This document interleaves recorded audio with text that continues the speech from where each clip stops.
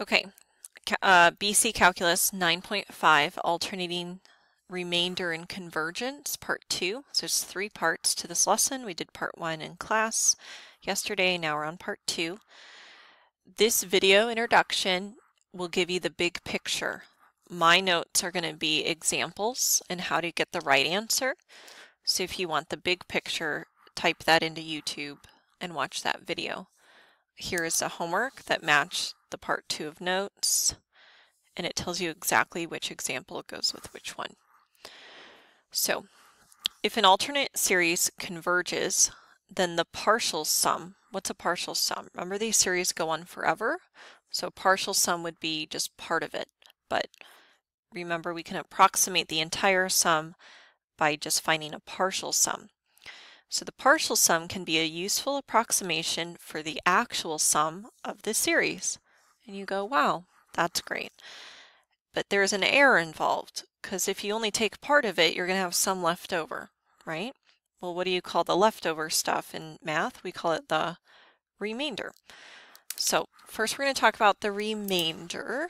If a convergent alternating series satisfies this condition, so remember it's convergent, which means this is true, then the absolute value of the remainder involved in approximating the sum s by the partial sum is less than or equal to the first neglected term. That is to say this. Okay, ready? We're going to decode this. So you could say annotate. This is the actual sum. That's if n went to infinity. Actual sum. This is the partial sum. This is if you stopped at 6 terms. Partial sum. So if you take the actual sum and subtract the partial sum, you get the remainder. Okay.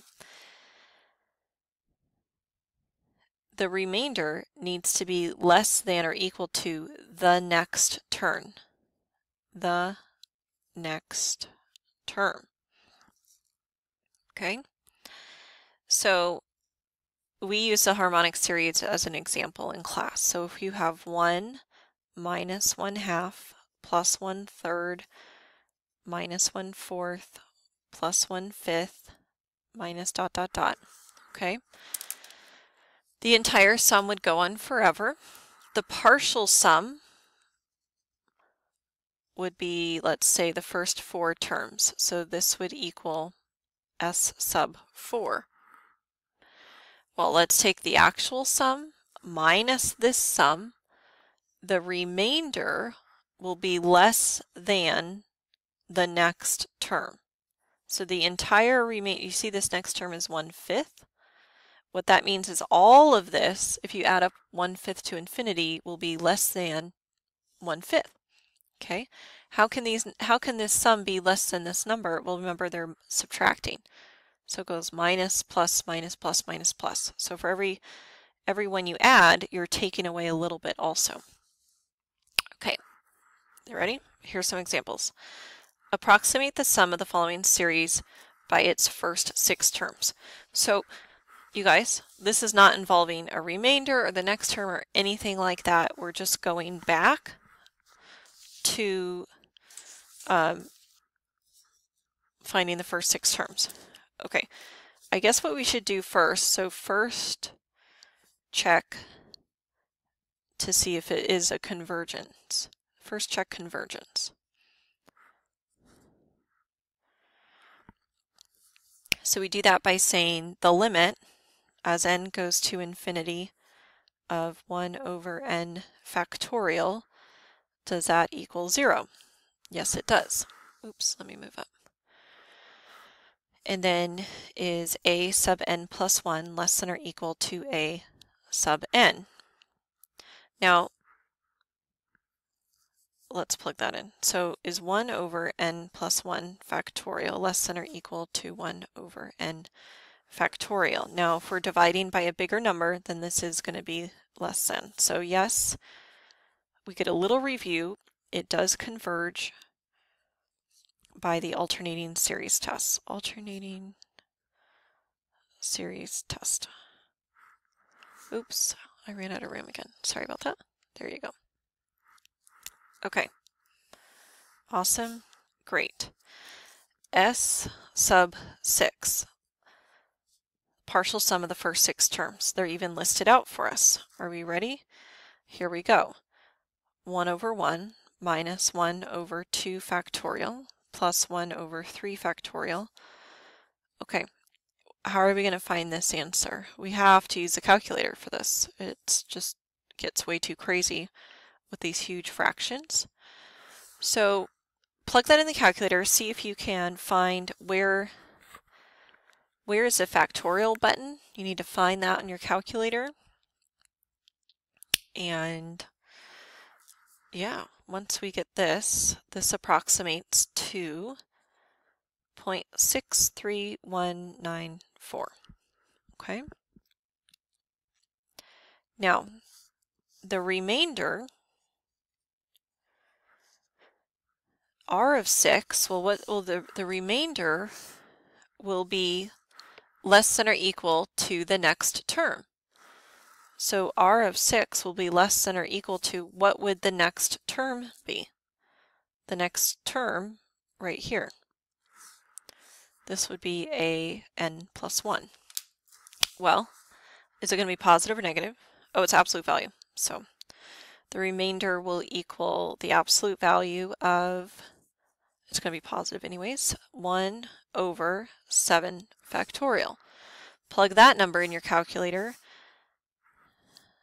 and we get the remainder will be less than or equal to, that's the fraction, but let's find the actual decimal, like that. Okay, so the total sum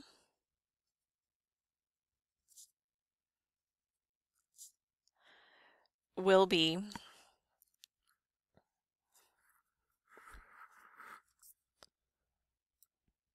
okay, I need to go back up here. Do you see this? Remember absolute value? How we would solve this is we would say the inside is equal to positive or the inside is equal to the negative. And then let's solve these for s. So s will equal the partial sum plus the remainder, or s will equal the partial sum minus the remainder. And another way of saying that is that the actual sum is somewhere between the partial sum plus and the partial sum minus. So let's watch. The partial sum is this, 0.63194, and the actual sum minus the partial sum equals the remainder. But we can rewrite that as the total sum will be between 0.63194 minus the remainder and then 0.63194 plus the remainder. So we're saying the actual sum is somewhere between these two values.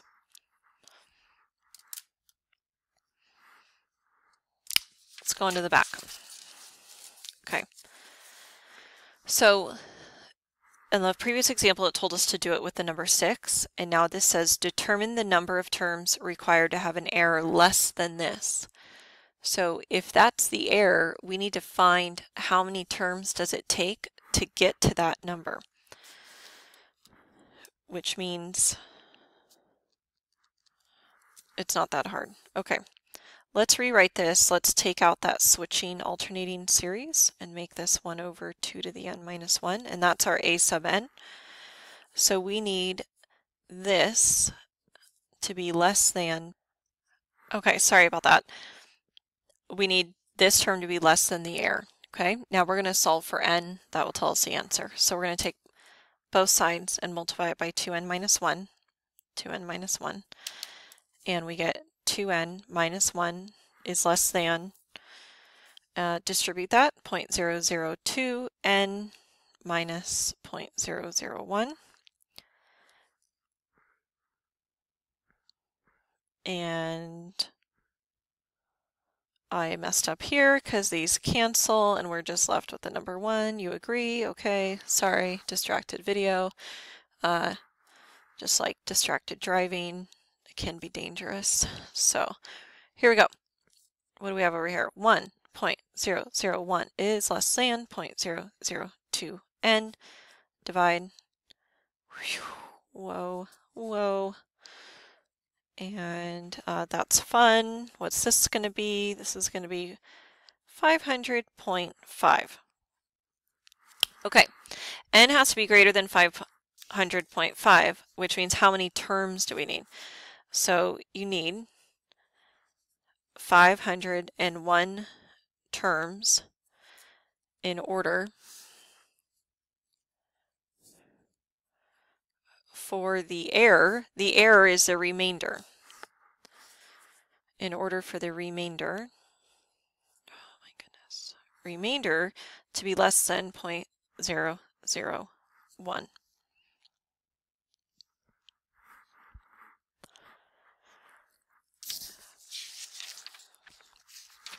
Let's do another one. Okay, so in this one we used basic algebra to solve for n, but sometimes you can't do that. So sometimes you just have to plug in numbers.